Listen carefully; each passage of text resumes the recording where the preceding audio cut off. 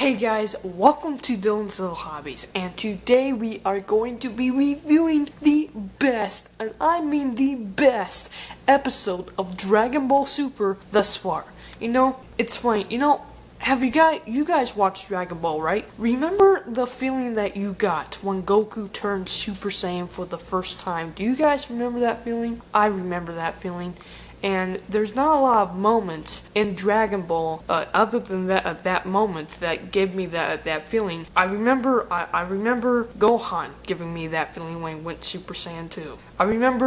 But what did give me the feeling is when Goku went up against Hit killed him, and then in the next episode he was actually able to beat Hit's time skip. That gave me the feeling. This episode, for most of the episode, actually did give me that feeling. Especially when it comes to Kale. This was just a fantastic episode, and I can't wait to talk to you guys about it. But real quick, I gotta show you guys this.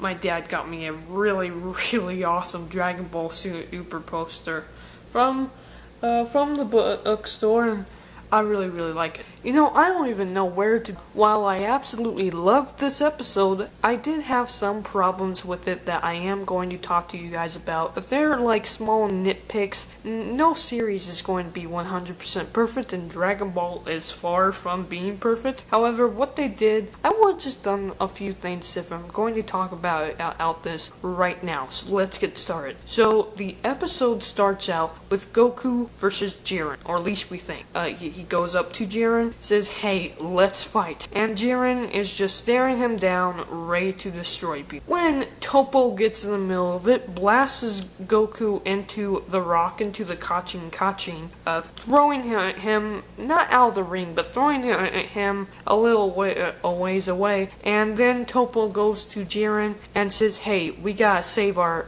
strength. We gotta save our stamina for much harder opponents." Now, this is really, really interesting. However, it's sort of a cop-out. It's just not something what I would have done. It's a cheat. Look, they may be teasing the main course a little too much. I did a video called "Is This the End of Dragon Ball Super?" and I'll leave a link to it in the description below. And in that video, I was explaining what I had problems with when it comes to the Dragon Ball Super anime right now. And one of the main issues that I had was they were teasing this a little too much. This was coming a little too quickly. I wasn't done with my appetizer, and I want Goku versus Jiren being my main course. That's why I ordered. I don't know what I'm going to get for dessert yet. I'm hoping that it will be a really great surprise. But nonetheless, yeah, I want to see the other people fight. I want to see Master Roshi, Tien, Piccolo, Frieza, everybody else fight. And I swear they saw that video. I swear. Because that's pretty much what we got in this episode. But what I would have done different when it comes to the Jiren and Toppo thing, I would have had Toppo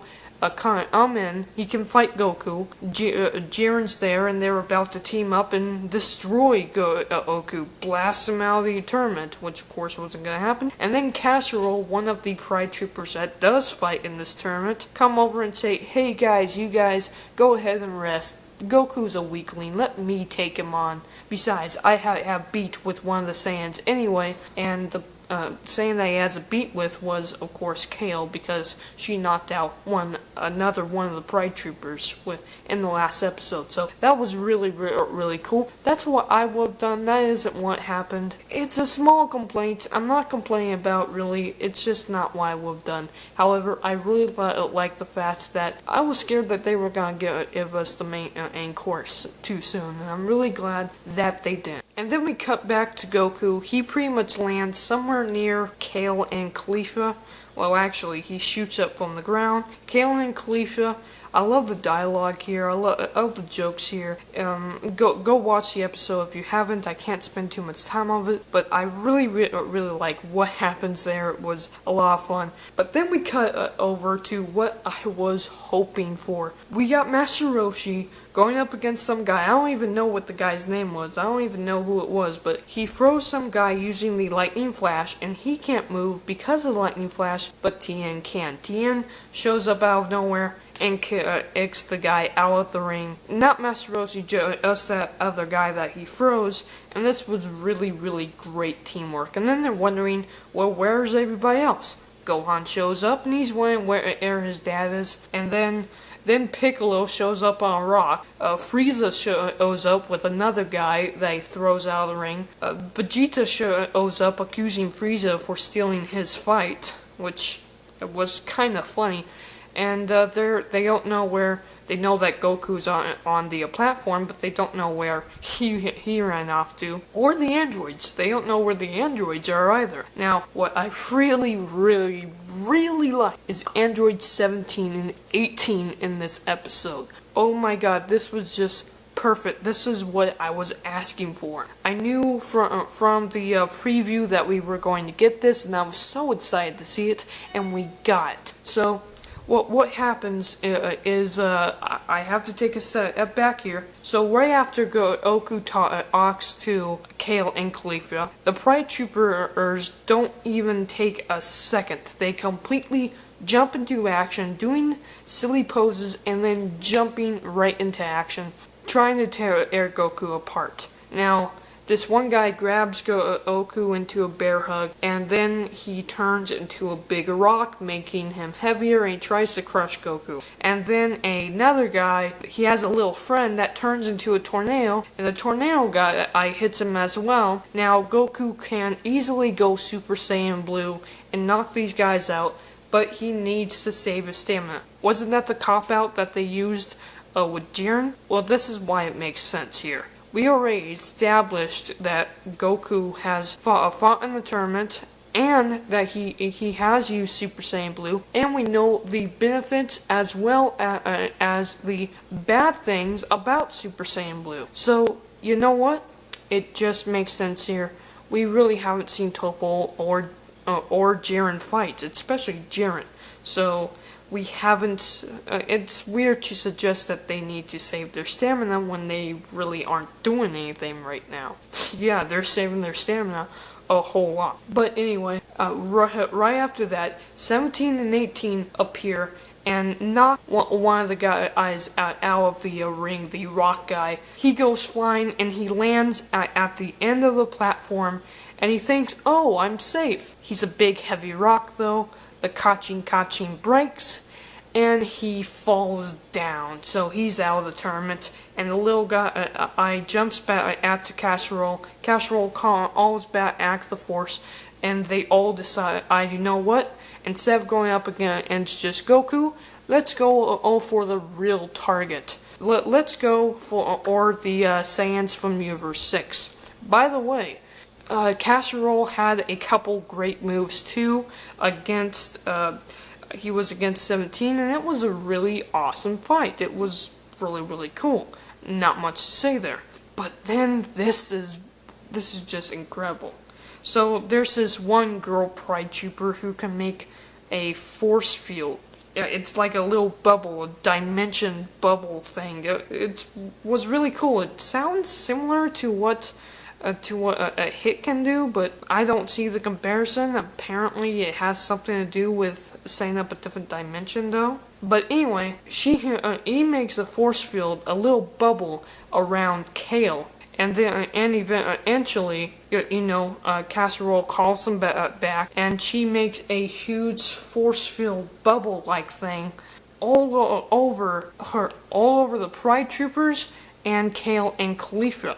How this was just really, really amazing. Caulifla, I'm sorry, I cannot pronounce her name right. Cauliflower.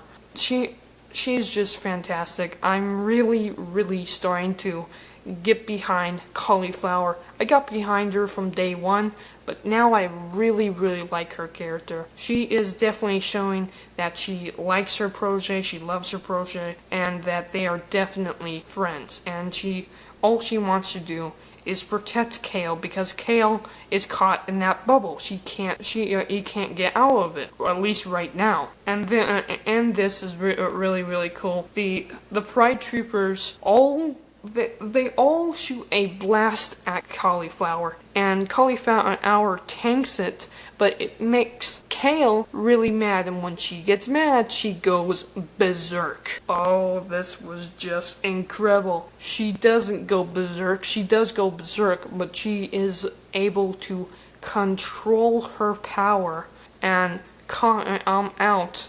relatively sane, you know?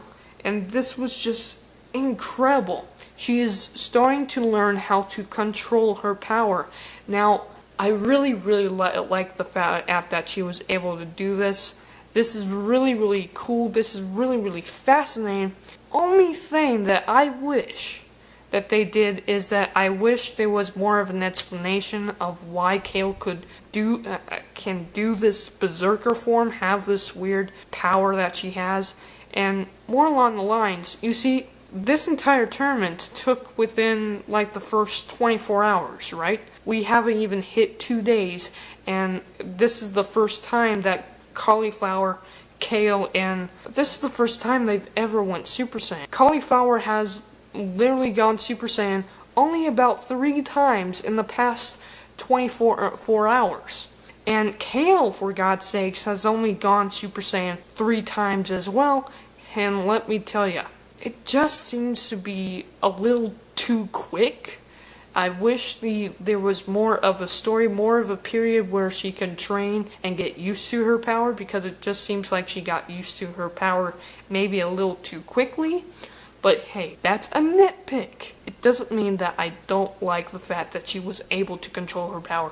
This was just incredible. And then her and Cauliflower team up and have a beam struggle with the Pride Troopers, and their power, oh my god, this was really cool. They were already starting to win the moment that Kale broke through. And then Kale decides, you know what, I gotta let all of my power out. So she does go berserk. Her eyes do disappear. She is insane right now. And she blasts out the Pride Troopers, not only out of that force field, that bubble dimension thing that one girl is able to do, but she blasts 3 of the Pride Troopers out. Not only out of the bubble, but out of the field. This was incredible. And that one girl was able to survive because she set up another bubble that protected her. And then eventually they walk over to Goku, and Kale and Goku's like, is she alright in that form? And Kale goes, yeah, she has control of it now. And then as she says that, Kale has used too much of her power and she's knocked out. This is incredible. And what I really like about this part is what Goku says here. His actions definitely show that he's an honorable adult and an honorable man. Definitely. He tells Kale and Khalifa to go. You know, he just lets them go, and he tells them that they need to go rest because the real fight's coming up. Goku wants to see them gain strength, he wants to see them grow stronger, and he wants to see what they can do. He wants to fight them again. This is really cool. It just shows that Goku knows what he's talking about. It just shows that he does want these other fighters to get stronger. This is just awesome. And then that girl, that Pride Trooper, is saying pretty much, nah, you can't beat me, I'm still on the platform, I'm in this bubble. Well, here's the funny thing. 18 says, yeah, I can't get through that bubble, but guess what I can do? I can throw you over the field. So she picks up the bubble, and she just tosses it out. She tosses it out of the ring, just like that. That's the end of that Pride Trooper, and this was just so awesome. I loved 18 and 17, the team up between those two. You know, they don't even have to talk. They just look at each other and they know exactly what they're doing. You know, it's just the fact that they were able to fight is really awesome. And the whole thing about Kale and Khalifa and the other fighters, you know what? Goku pretty much took a back seat with this. This is what I asked for, and I cannot be more thankful to Toei Animation for it. My review was this was awesome! My favorite episode of Dragon Ball Super thus far. Thank you guys for watching, and I'm out. Bye.